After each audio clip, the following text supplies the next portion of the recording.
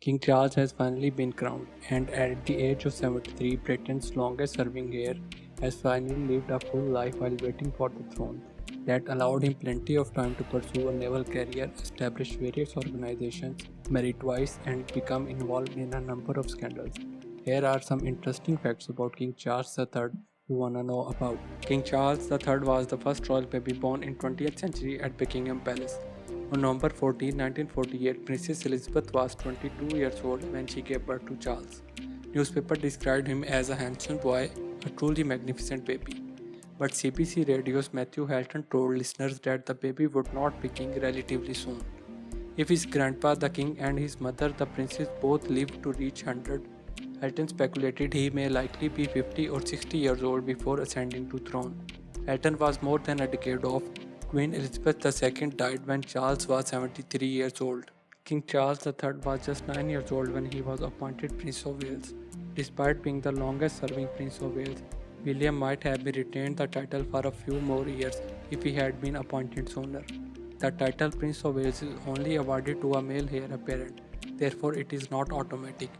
When his grandpa died in 1952, Charles moved from third to second in line to the throne, but it was not until 1958, when he was 9 years old, that he was given the titles of Prince of Wales and Earl of Chester. He was bullied in school. Even royalty may be offended by children. King Charles attended Gordonston boarding school in Scotland, where he did not have the greatest of experiences. Because his classmates bullied him, children called him fatty and picked on his prominent heirs. Due to bullying, he was lonely. According to Robert Johnson in Charles at 70, when a student tried talking to him, bullies would begin creating slurping sounds to indicate his buddies were sucking up. He's a huge fan of leftovers. Saving leftovers for later use may seem unroyal, but King Charles' intolerance for food waste overcomes any desire for fresher food. In an interview, former royal cook Karen Robb said, and I quote, "If we made roasted lamb and had leftovers, we would make shepherd's pie the next night." The prince was thrifty and believed that nothing should be thrown away. If there were any leftovers, they would be used in some way. If not for him, it will be reheated and served for the supper next day. According to his former private secretary, King Charles would even pack leftovers from lunch and reuse them day after until they were gone. King Charles III can play cello. As a kid, Charles learned the piano, trumpet, and cello, and despite describing himself as hopeless, he remained with the cello and performed in Trinity College Orchestra while in college. King Charles' Secret Service code name is Unicorn. Many foreign dignitaries to US are assigned code names, and Charles was assigned Unicorn. The fancy name is weirdly fitting the unicorn in Scotland's national animal and has been displayed on its coat of arms for over 6 centuries. However, the earliest documented example of the Scottish king adopting a unicorn as a sign of power dates back to the late 13th century.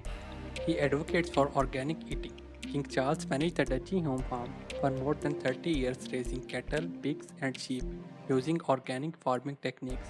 He's been outspoken on the need for agricultural change, stating at a Soil Association event that the very future of humanity may depend to a very large extent on a mainstream transition to more sustainable farming practices, based of course on an organic principle. And according to reports, the King of England practices what he preaches. According to a former royal chef, he always brings back a stack of organic food to the royal family's Christmas gatherings. President Nixon's eldest daughter, Tricia, married in the Rose Garden for the first time in 1971. However, the previous summer, her father attempted to play matchmaker with the future King of England, and Charles and his sister, Prince Anne, went on an unofficial trip to Washington, D.C. They were 21 and 19. They were treated like royal dignitaries, brought to museums and DC area landmarks, and given bedrooms in the White House. According to Sally Goodell, the president arranged for Tricia to be seated next to Charles on every occasion, which irritated him. Even though he didn't get along with the first daughter, Charles was entertained by the president's actions. On a visit to Washington, D.C. with Camilla, many years later, he was still laughing over Nixon's attempt at matchmaking. In November 2001, during his tour of Riga, Latvia, a teenage girl slapped Charles on the face with a red carnation in protest of Britain's role in Afghan war. The 16-year-old Elena said that Britain is the enemy of the world, as she was escorted to a police van by armed guards. How could King Charles and Princess Diana's fairy tale relationship go so wrong?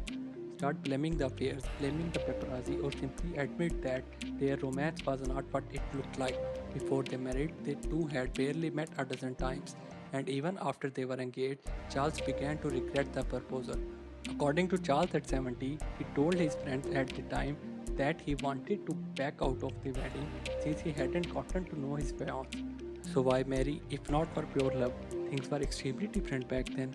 Charles once told close friends, the media's influence in propelling issues towards an engagement were inevitable. King Charles is a fan of arts, particularly classic Shakespeare's work.